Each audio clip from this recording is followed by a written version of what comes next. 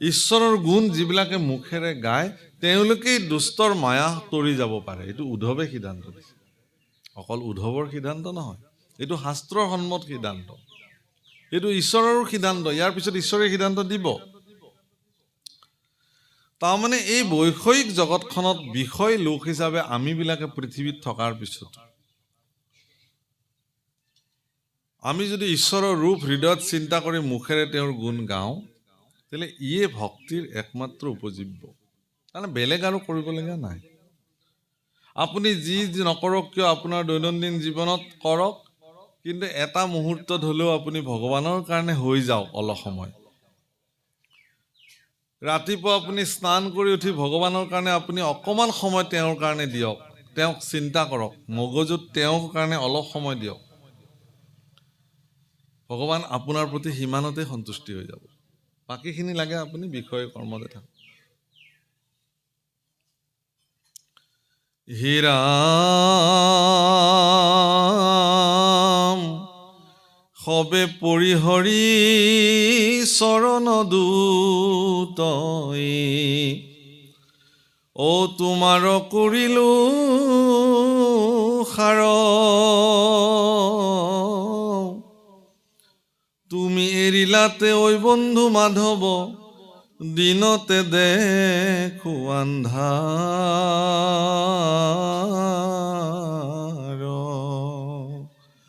সমস্ত বাদ দি তোমাৰ চৰণ যুগলকেই মই সাৰ কৰিলো। হে ভগৱান, হে মাধৱ, যদি তুমি এৰি দিয়া মোৰ কাৰণে দিনতে এন্ধাৰ হৈ যাব। তুমিয়েই মোৰ কাৰণে জীৱনৰ সৰ্বোচ্চ। উদ্ধৱৰ এনেকুৱা কাতৰ বিননি ভগৱন্ত পুৰুষে শুনি আছে, তেওঁ কৰিছে। বাপসকল, যি 6গৰাকী ভক্ত আছে ভগৱানৰ বিশেষ ৰূপত, সেই 6গৰাকী ভক্তৰ ভিতৰত উদ্ধৱো এগৰাকী। প্ৰথমগৰাকীৰ নাম ল'ব পাৰি হনুমান, দ্বিতীয়গৰাকী জাম্বৱন্ত, তৃতীয়গৰাকী বিভীষণ, চতুৰ্থগৰাকী উদ্ধৱ, পঞ্চমগৰাকী মৈত্ৰেয় আৰু ষষ্ঠগৰাকী হ'ল বিদুৰ।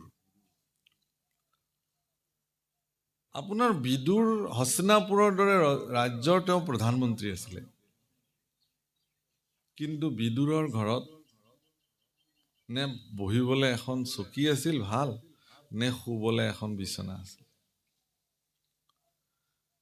তেওঁ ৰাজকীয় সাধন তেওঁৰ জীৱনত প্ৰাপ্তি আছিল, যোগ্য আছিল। তেওঁ মানে আজিৰ তাৰিখত এগৰাকী প্ৰধানমন্ত্ৰীয়ে যি ধৰণৰ সুবিধা পায়, হস্তিনাপুৰ এগৰাকী এখন পৰাক্ৰমী দেশ, হস্তিনাপুৰৰ প্ৰধানমন্ত্ৰী হিচাপে তেওঁ সম্পূৰ্ণ ৰাজকীয় কোৱাৰ্টাৰ বা যিটো আমাৰ প্ৰাসাদ, ৰাজকীয় সা সুবিধা সকলো তেওঁ প্ৰাপ্তি আছিল।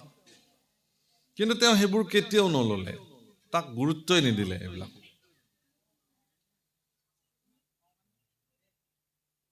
তেওঁ গুৰুত্ব নিদিলে, সেইবোৰ বাদ দি পেলাই তেওঁ জীৱন চলালে। সেইকাৰণে মহাভাৰতত বিদুৰৰ যি চৰিত্ৰ, সেই চৰিত্ৰ আটাইতকৈ উল্লেখযোগ্য আৰু গুৰুত্বপূৰ্ণ চৰিত্ৰ। কিহৰ কাৰণে? যে বিদুৰৰ যি নীতি, সেই নীতিক জগতৰ সৰ্বশ্ৰেষ্ঠ নীতিসমূহৰ ভিতৰতো বিদুৰ নীতিকো ধৰা হয়। সেইকাৰণে আপুনি আপোনাৰ জীৱনত যদি নীতি জ্ঞান ল'ব লগা আছে, তেতিয়াহ'লে বিদুৰৰ নীতি গ্ৰহণ কৰিব লাগিব। মানে কেনেকুৱা? মই উদাহৰণ এটা দিছোঁ, যে যেতিয়া কুৰুক্ষেত্ৰ যুদ্ধ আৰম্ভ হৈ গ'ল, মানে প্ৰস্তুতি চলিছে, সেই মুহূৰ্তত বিদুৰে তেওঁৰ যি ৰাজকীয় পদবীক পৰিত্যাগ কৰিছে, ত্যাগ দিছে, যে মই আৰু প্ৰধানমন্ত্ৰী হৈ নাথাকোঁ। সেই সময়ত সমাজ ব্যৱস্থাৰ কাৰণে ই এক নিন্দনীয় কাৰ্য। কাৰণ এখন দেশৰ প্ৰধানমন্ত্ৰীয়ে দেশৰ শান্তিকালত তেওঁ প্ৰধানমন্ত্ৰী হিচাপে সকলো সুখ ভোগ লৈ থাকিব, আৰু যেতিয়া যুদ্ধকালীন পৰিৱেশত তেতিয়া তেওঁ পদৰ পৰা পদত্যাগ কৰি গুচি যাব, এইটো কোন কালৰ ন্যায়? বিদুৰে কৈছিলে যে মই এইখন যুদ্ধত নাই, কাৰণ এইখন যুদ্ধ এখন অন্যায় যুদ্ধ। কৌৰৱে এখন অন্যায়ৰ পক্ষত যুদ্ধ কৰিবৰ কাৰণে সাজু হৈছে, গতিকে মই অন্যায়ৰ পক্ষত থাকিব নোৱাৰোঁ। এতেকে মই প্ৰয়োজনত মোৰ পদবীক মই পৰিত্যাগ কৰিলোঁ। এই বুলি পদবীক পৰিত্যাগ কৰিছে, কৰি তেওঁ তীৰ্থ ভ্ৰমণলৈ গুচি গৈছে। যদি তেওঁ পূৰ্বতে ৰাজকীয় সকলো ধৰণৰ সা সুবিধা গ্ৰহণ কৰি থাকিলেহেঁতেন তেতিয়াহ'লে কিন্তু তেওঁ পদবী পৰিত্যাগ কৰিব নোৱাৰিলেহেঁতেন, কাৰণ মানুহে তেওঁক এইটো কথা ক'লেহেঁতেন। সেইকাৰণে তেওঁ সকলো পদ আদি পৰিত্যাগ কৰি, ৰাজকীয় সকলো এৰি পৰিত্যাগ কৰি তেওঁ কি কৰিছে,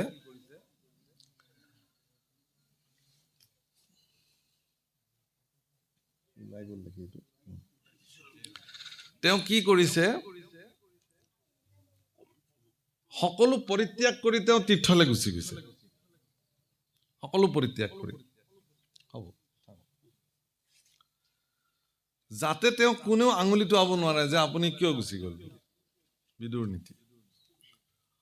যেতিয়া যতুগৃহত পঞ্চপাণ্ডৱক জ্বলাবৰ কাৰণে মানে প্ৰস্তুতি চলায়, শকুনিয়ে দুৰ্যোধনক কৈছিল যে সকলোৱে গম পালেও এই কথাটো যাতে বিদুৰে গম নাপায়, কাৰণ বিদুৰ ইমানেই ন্যায়ৰ পক্ষত আছে যে তেওঁ যদি কেনেবাকৈ এই কথাটো গম পায় তেতিয়াহ'লে আমাৰ এই আঁচনিটোক তেওঁ কিন্তু পূৰ্ণতা হ'বলৈ নিদিয়ে। কিন্তু বিদুৰৰ এনেকুৱা ৰাজনৈতিক বিচক্ষণ পুৰুষ আছিল বিদুৰ, যে তেওঁৰ চোৰাংচোৱা ইমানেই শক্তিশালী আছিল যে তেওঁ যেনে তেনে কথাটো গম পাই গ'ল যে এটা সম্পূৰ্ণ মানে লাহৰে দ্বাৰা নিৰ্মিত ঘৰ, যতুগৃহ, য'ত পঞ্চপাণ্ডৱক থৈ বাহিৰৰ পৰা দুৱাৰ বন্ধ কৰি দিব, এখনেই দুৱাৰ সেই ঘৰখনৰ, জ্বলাই দি পঞ্চপাণ্ডৱ সৈতে কুন্তীক তাতে বধ কৰিব। এই কথা জানি বিদুৰে যুধিষ্ঠিৰক এই কথাটো জনাবলৈ গ'ল। বিদুৰে যুধিষ্ঠিৰৰ ঘৰলৈ খোজ লোৱাৰ লগে লগে কেনেকে গম পালে শকুনিয়ে, তৎক্ষণাৎ দুৰ্যোধন, দুঃশাসন, শকুনি আৰু কৰ্ণ গোটেইকেইজনে আহি পেলাই আগতে আহি যুধিষ্ঠিৰৰ ঘৰত বহি থাকিলে, যাতে বিদুৰে কথাটো যুধিষ্ঠিৰক ক'ব নোৱাৰে। বিদুৰে গৈ দেখিছে, আৰে মোতকে আগতে বহি আছে এওঁলোকে, তোমালোকো আহিছা বোলে, ময়ো আহিছো। কাকা তুমি কিয় আহিলা ইয়ালৈ? বিদুৰক সুধিছে, দুৰ্যোধনে সুধিছে, তুমি আজি হঠাৎ আহিলা যে ইয়ালৈ? কৈছে, নাই মই বহুদিন হ'ল মই এওঁলোকৰ খবৰ লোৱা নাই, এবাৰ আজি খবৰ ল'বলৈ আহিলো আৰু, অন্য বেলেগ একো নাই। বহিলে, চাহ পানী খালে, আপ্যায়ন কৰিলে, কৰি লাষ্টততো দেখিলে যে এওঁলোকতো নুঠেই, এতিয়া কথাটোতো ক'বও নোৱাৰে। তেতিয়া বিদুৰে ক'লে যে ঠিক আছে ময়ো যাওঁ, বেছি দেৰি নকৰোঁ, কিন্তু যাবৰ সময়ত মই এটা প্ৰশ্ন সুধি থৈ যাওঁ তোমালোক গোটেইবিলাককে। প্ৰশ্নটোৰ উত্তৰ কাৰ হাতত আছে মোক দিবা। এখন অৰণ্যত যেতিয়া জুই লাগে, সেই অৰণ্যখনৰ প্ৰচণ্ড দাবানলত হাতী, ঘোঁৰা, বাঘ, সিংহ চব জ্বলি ভস্ম হৈ যায়, কোনো বাচি যাব নোৱাৰে। কিন্তু এটা বিশেষ জীৱ আছে, সেই জীৱটো কিন্তু অৰণ্যত জুই জ্বলিলেও তেওঁলোক নমৰে। সেই জীৱটো কোন? তেতিয়া উত্তৰটো আহিল যে এন্দুৰবিলাক। সিহঁতে যেতিয়া জুই লাগে তেতিয়া গাঁত খান্দি তললৈ সোমায়, কাৰণ মাটিটো ঠাণ্ডা হৈ থাকে নহয়, জুয়ে মাটিটোক প্ৰভাৱ নেপেলায়। গতিকে তাহাঁতে বহুত তলত গৈ সিহঁতে অৱস্থান কৰে আৰু তাত বাচি যায়। বা সিহঁতে কি কৰে, খান্দি খান্দি গৈ গৈ গৈ জুই নলগা জাগাৰে ওলাই সিহঁতে এনেকৈ গুচি যায়। ঠিকে আছে, ঠিক আছে। মই এই কথাটো তোমালোকে জানা নাজানা এনেই সুধি চালোঁ আৰু। দৰাচলতে বিদুৰে যুধিষ্ঠিৰক ইংগিতটো দি থৈ গ'ল যে তোমালোকেও এই দাবানলত পৰিবলৈ গৈ আছা, চাৰিওফালৰ পৰা দুৱাৰ বন্ধ কৰি তোমালোককো জ্বলাই দিয়া হ'ব, তোমালোক যিমান বাহুবলী পৰাক্ৰমী হ'লেও নোৱাৰিবা, ঘৰ ভাঙিব নোৱাৰা। গতিকে এই প্ৰচণ্ড লাহৰ জুইত তোমালোকে মৃত্যুবৰণ কৰিবা। তাতকৈ উপায়টো এটাই আছে, সেইটো হ'ল কি, তলেৰে গাঁত খান্দি সেই ঘৰটোৰ পৰা পলায়ন কৰিব লাগিব। এই বিদুৰ নীতি। আৰু যিজন ব্যক্তিক গাঁত খান্দিবৰ কাৰণে বিদুৰে প্ৰেৰণ কৰিছিল, তেওঁৰ হাতত এটা পিঞ্জৰাত এটা এন্দুৰ ভৰাই যুধিষ্ঠিৰক উপহাৰ দিবৰ কাৰণে পঠিয়াই দিছিলে। আৰু সেই পিঞ্জৰাটো লৈ আহিছিলে, আহি কৈছে যে এইটো মহাৰাজ যুধিষ্ঠিৰক উপহাৰ দিবলৈ আহিছোঁ। কোনে পঠিয়াইছে? বোলে বিদুৰে পঠিয়াইছে। যুধিষ্ঠিৰ প্ৰচণ্ড বুদ্ধিসম্পন্ন লোক আছিল, সেইকাৰণে যুধিষ্ঠিৰ বুজি পালে কথাটো, ঠিক আছে তোমাৰ কামটো তুমি কৰা। সেইকাৰণে মজিয়াৰ পৰাই গাঁত খান্দি সেই অৰণ্যৰ দুৱাৰেৰে গাঁত খান্দি উলিয়াই দিলে ৰাতিৰ ভিতৰতে।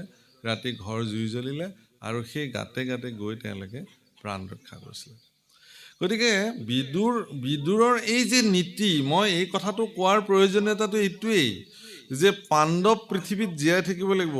কাৰণ বিদুৰ কোন? স্বয়ং ধৰ্মৰ অৱতাৰ, যমৰ অৱতাৰ, ধৰ্মৰাজ মানে বিদুৰ। আকৌ যুধিষ্ঠিৰো ধৰ্মৰ অৱতাৰ। ভগৱান কৃষ্ণই ধৰ্ম ৰক্ষা কৰিবৰ কাৰণে পৃথিৱীলৈ আহিছে। গতিকে ভগৱান কৃষ্ণই কাক কাক হাতত লৈ পেলাই ধৰ্ম ৰক্ষাৰ আঁচনি কৰিব, সেই আঁচনি কৰা তালিকাখনত পঞ্চপাণ্ডৱৰ নামো সন্নিৱিষ্ট হৈ আছে। এই কথা ধৰ্মই জানে। প্ৰভুসকল, আজি যে আপোনালোকে এই কামত যিসকলে ইয়াত সহযোগিতা কৰিছে, এইবিলাক কামত লাগি ছাতি আছে, ঈশ্বৰে তেওঁলোকক নিৰ্ণয় কৰে আচলতে এনেধৰণৰ সমাজৰ কল্যাণকাৰী কামত কাক কাক লোৱা হ'ব। বুজিছেনে কথাটো? তেওঁলোক নিৰ্বাচিত হৈ যায় ভগৱানৰ দ্বাৰা। সেইকাৰণে তেওঁলোকে আহি ইয়াত কাম কৰিছে, বেলেগে কৰা নাই। আপোনালোকে নাভাবিব এই অনুষ্ঠানত যিসকলে লাগি ছাতি কাম কৰিছে তেওঁলোক পৰম সৌভাগ্যৱান। কাৰণ পৰোক্ষভাৱে হ'লেও ভগৱানৰ পৰা তেওঁলোক দৃষ্টিত নিৰ্বাচিত লোক, যে মোৰ কৰ্মৰ কাৰণে তোমালোক নিৰ্বাচিত হৈছা। গতিকে পঞ্চপাণ্ডৱক ভগৱানে তেওঁলোকক মানে ধৰ্ম প্ৰতিষ্ঠা, অধৰ্মৰ বিনাশ, সন্তসকলৰ পালন, এই তিনিটা বিশেষ উদ্দেশ্যৰ কাৰণে তেওঁলোক ভগৱানৰ সহযোগী হিচাপে নিৰ্ণীত। তেওঁলোকৰ পত্নী দ্ৰৌপদী হ'ব লাগিব, যজ্ঞত জন্ম দিছে, যাজ্ঞসেনী দ্ৰৌপদী। সেইকাৰণে তেওঁলোকৰ কাৰণে আনিছে যে দ্ৰৌপদীহে পাৰিব, বেলেগে নোৱাৰে। গতিকে সকলো আঁচনি ভগৱানে নিৰ্মাণ কৰি ৰাখে।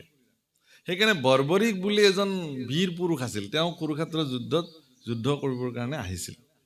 পৰম পৰাক্ৰমী বৰ্বৰিকক ভগৱান কৃষ্ণই ক'লে, তুমি কাৰ পক্ষত যুঁজিবলৈ যাবা? বোলে মই কৌৰৱৰ পক্ষত যাম।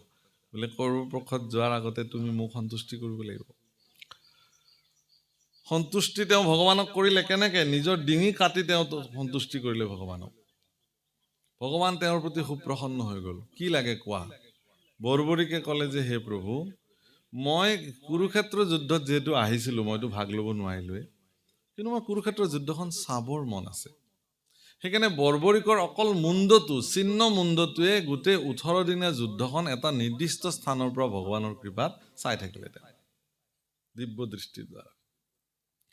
সেইকাৰণে যুদ্ধ সমাপ্তিত এদিন পঞ্চপাণ্ডৱক লগত লৈ ভগৱান বৰ্বৰিকৰ ওচৰলৈ গ'ল।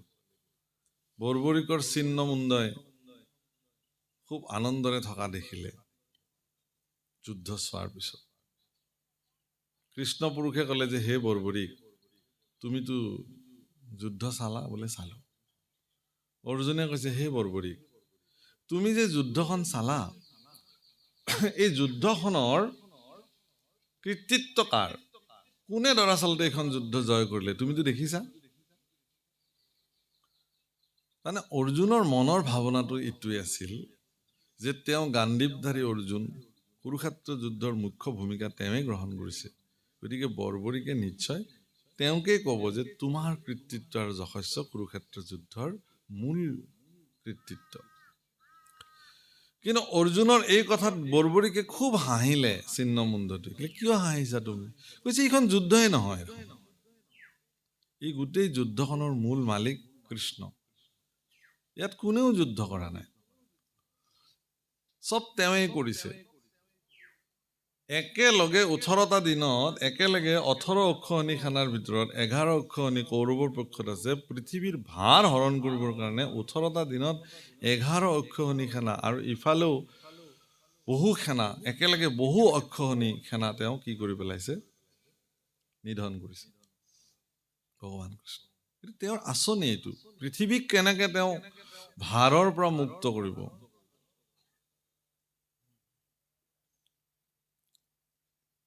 কাৰণ বসুমতীয়ে ব্ৰহ্মাদেৱক প্ৰাৰ্থনা কৰিছিল যে মোৰ ভাৰ বাঢ়িছে। ভাৰ মানে চিন্তাৰ ভাৰ, সহনশীলতা বসুমতীতকে কাৰো নাই। কিন্তু তেওঁৰ বুকুত জন্ম হোৱা দুষ্ট দৈত্যসকলৰ প্ৰাদুৰ্ভাৱ বাঢ়িছে। প্ৰভু অকল মনত ৰাখিব আপোনালোকে, এই যে প্ৰকৃতিয়ে মাজে মাজে নৰসংহাৰ আৰম্ভ কৰে, যে প্ৰকৃতিয়ে যে কিছুমান নৰসংহাৰ আৰম্ভ কৰে, প্ৰকৃতিক কিছুমান পৰিঘটনাৰ ফলত, সেইবিলাক প্ৰকৃতিয়ে ইচ্ছাকৃতভাৱেই কৰে। কাৰণ পৃথিৱীত ভাৰ বহুত বাঢ়ি যায়। আৰু এতিয়াও পৃথিৱীত দুষ্ট লোকৰ যিমানে মানসিকতা বাঢ়িব সিমানে এওঁলোক নিধন হ'বলৈ গৈ আছে। পৃথিৱীত এওঁলোক তিষ্ঠি থাকিব নোৱাৰে। পৃথিৱীত তিষ্ঠি থাকিব কেৱল সজ্জনসকল, সাধুসকল। আৰু এই গোটেই পৃথিৱীখন সাধুসকলৰ কাৰণেহে নিৰ্মাণ হৈছে।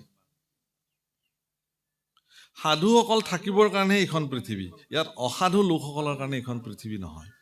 সেইকাৰণে যুগে যুগে সাধুসকলৰ লগত অসাধুসকলৰ দ্বন্দ্ব, সংস্কৃতিৰ বিপৰীতে অপসংস্কৃতি বা বিকৃতিৰ যিটো দুষ্কৃতিকাৰীসকলৰ যিখন দ্বন্দ্ব, যুদ্ধ, সেইটোৱেই লাগি আছে।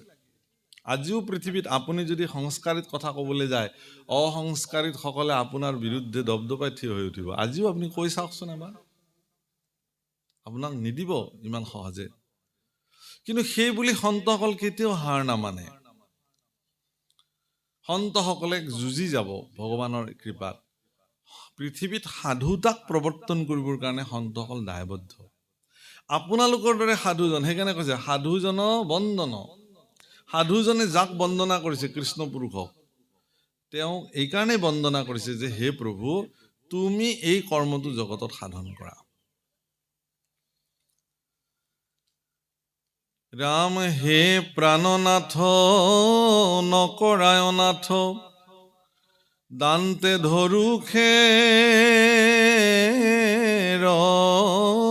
তুলি, তোমাৰ বিয়োগে অগনি এখনে, দেখা মাৰে মোক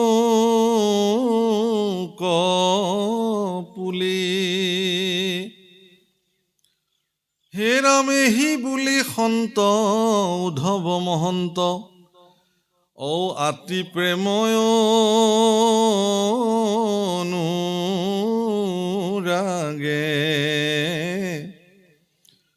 অনেক কাতৰ কৰিয়া কান্দন্ত, পৰিয়া কৃষ্ণ আগে। চৰণত পৰি কান্দিবলৈ ধৰিলে উদ্ধৱে যে হে প্ৰভু, হে প্ৰাণনাথ, মই দান্তে খেৰ তুলিছো। দান্তে খেৰ তোলা মানে মাটিত যদি এডাল খেৰ বা তৃণ এডাল যদি পৰি থাকে, তাক দাঁতেৰে তুলিবলৈ হ'লে মানুহজন সম্পূৰ্ণ দণ্ডৱত পৰিব লাগিব, তাৰপিছতে তাক তুলিব পাৰে। আৰু দাঁতেৰে খেৰডাল কামুৰি ধৰালৈকে তেওঁ একো বাক্য নকয়। তাৰমানে মোৰ ক'বলগীয়া শেষ, মই অৱনত হলো, তোমাৰ ওচৰত সমৰ্পিত হলো। অখণ্ডিত সদা শুদ্ধ চৈতন্য শক্তিৰ বলে, মোৰ প্ৰভু নাৰায়ণে, তুমি দূৰ কৰিয়াছা মায়া। অখণ্ডিত চৈতন্য শক্তিৰ দ্বাৰা ভগৱানে সৰ্বদা মায়াক নিবাৰণ কৰি ৰাখিছে। কিন্তু সেই অখণ্ডিত সদা শুদ্ধ চিত্তৰ যদি আপুনি প্ৰৱেশ কৰিব নোৱাৰে, তেতিয়াহ'লে মায়া আপোনাৰ পৰা কেতিয়াও বিচ্ছিন্ন নহয়।